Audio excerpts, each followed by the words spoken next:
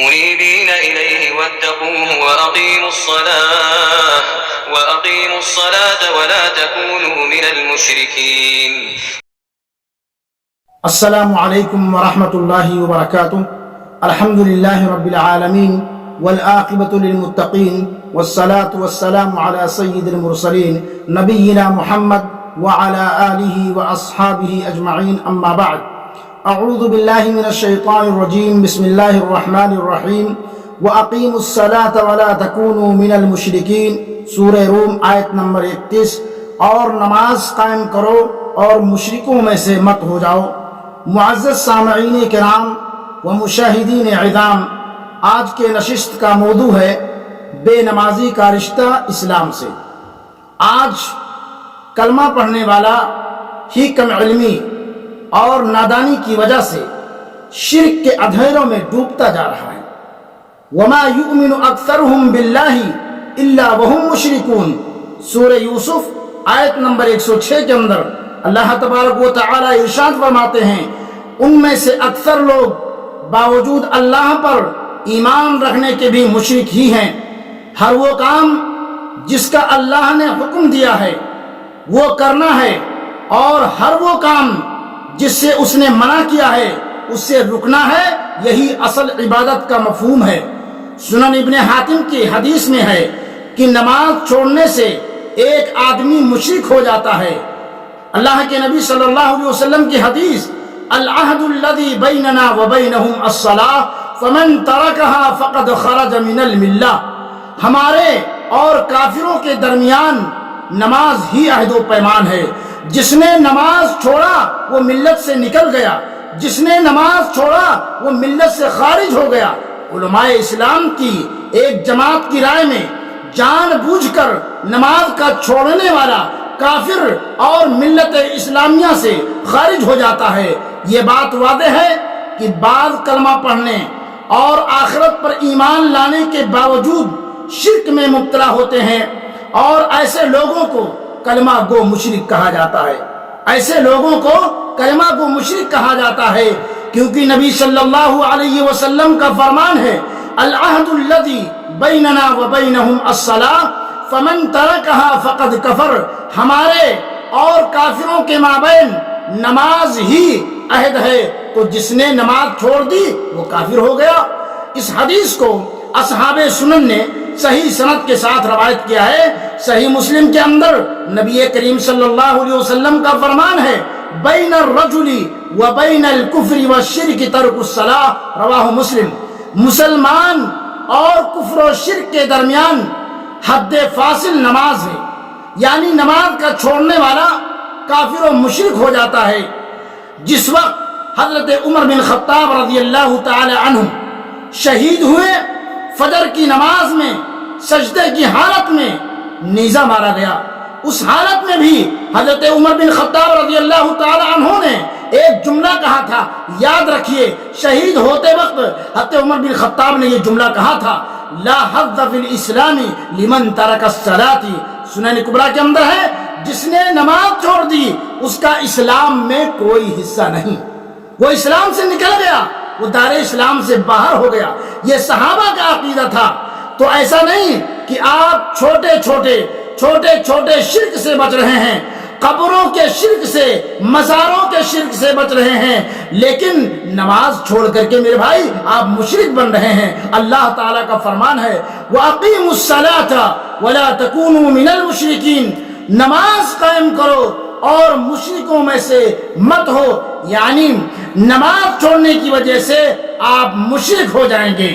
میرے بھائیوں، ایک روایت اور سنتے چلیے کہ جس شخص نے 40 دن تکبیر اولا کے ساتھ نماز پڑھی، اللہ اس کو جہنم اور نفاق سے بچائے گا.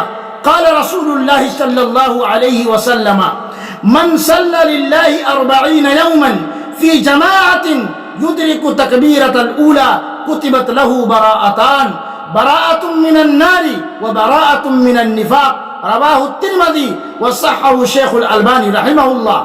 اللہ کسی کو دولت دیتا ہے، کسی کو نہیں دیتا، اور جس کو چاہتا ہے اس کو دین دیتا ہے، جس کو دین ملتا ہے وہ نماز کا محافظ ہوتا ہے۔ جو شخص 40 دن تکبیر اولیٰ کے ساتھ نماز پڑھے گا، اللہ 2 چیزوں کو اس کی گردن سے آزاد کرے گا، ایک جہنم سے اور ایک نفاق سے۔ میرے بھائیوں آپ اندازہ لگاؤ کہ ہم شرک کے نام پر چیخو پکار کرتے ہیں لیکن نماز چھوڑ کر خود مشرک بن رہے ہیں، حالانکہ رب العالمین جس چیز کے بارے میں سب سے پہلے سوال کرے گا، سب سے پہلے پوچھے گا اللہ رب العالمین، وہ نماز کے بارے میں ہوگا۔ اول ما يحاسب به العبد يوم القیامت الصلاۃ۔ میں یہی کہتا ہوں کہ آپ سب سے پہلے نماز کے پابند بنیے، جماعت کی حفاظت کیجیے۔ اللہ تعالی نے نبی کو میدان جنگ میں بھی کہا کہ جماعت سے نماز پڑھیے۔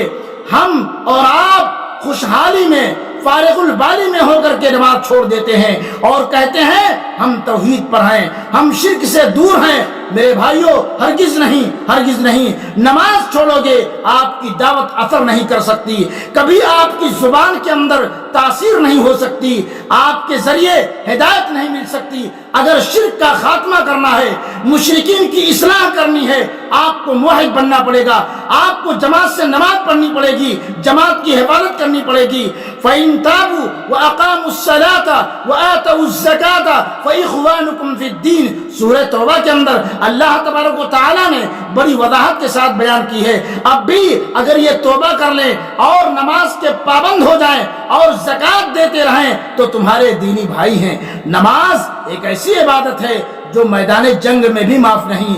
دشمن سے مڑ بھیڑ ہو رہی ہے، دشمن سے مقابلہ ہو رہا ہے، ایک طرف دشمنوں کی فوج ہے اور ایک طرف مسلمانوں کی فوج، وہاں بھی نماز قائم کرنا ہے، وہاں بھی نماز سے چھٹکارا نہیں۔ جنگ خندق کے موقع پر نبی صلی اللہ علیہ وسلم کی عصر کی نماز فوت ہو گئی، آپ صلی اللہ علیہ وسلم نے بد دعا دیا ایسے لوگوں کو جن کی وجہ سے نماز فوت ہو گئی تھی۔ ملا اللہ قبورہم وبیوتہم نارا، اللہ ان کے گھروں کو اور ان کی قبروں کو جہنم کی آگ سے بھر دے۔ ان ظالموں نے ہم کو نماز عصر سے روک دیا اور ہماری نماز فوت ہو گئی۔ اللہ اکبر، یہ محمد رسول اللہ صلی اللہ علیہ وسلم کی بد دعا ہے۔ اور یہاں تک آپ نے فرمایا کہ میرا جی چاہتا ہے کہ اقامت کہی جائے اور میں اپنے مصلی پر کسی صحابی کو کھڑا کر دوں اور نکل جاؤں مدینہ کی گلیوں میں، دیکھوں اذان کی آواز سننے کے باوجود بھی جو لوگ مسجد میں نماز پڑھنے نہیں آتے ان کے گھروں کو آگ لگا دوں۔ اللہ اکبر، یہ محمد رسول اللہ صلی اللہ علیہ وسلم کا فرمان جو رحمت للعالمین بنا کر بھیجے گئے۔ ظالم سے لیا ظلم کا بدلہ نہ کسی وقت، ظالم سے لیا ظلم کا بدلہ نہ کسی وقت، مارا بھی تو اخلاق کی تلوار سے مارا۔ میرے بھائیوں مارا بھی تو اخلاق کی تلوار سے مارا۔ اسی طرح اللہ کے نبی صلی اللہ علیہ وسلم دشمنوں کو معاف کر دیتے تھے، لیکن جب نماز کی بات آتی تو آپ صلی اللہ علیہ وسلم نے کہا کہ میں مدینہ کی گلیوں میں نکل جاؤں اور دیکھوں کہ کون مسلمان بدبخت اذان سننے کے باوجود اپنے گھروں میں بیٹھے ہیں، جماعت اور نماز میں حاضر نہیں ہوتے ہیں۔ میرے دوستو اس قدر نماز کی اہمیت ہے۔ اللہ تبارک و تعالیٰ سے دعا ہے کہ اللہ تبارک و تعالیٰ ہم تمام مسلمانوں کو 5 وقتہ نماز پڑھنے کی توفیق عطا فرمائے، آمین یا رب العالمین۔ وآخر دعوانا ان الحمد للہ رب العالمین، والسلام علیکم ورحمۃ اللہ وبرکاتہ۔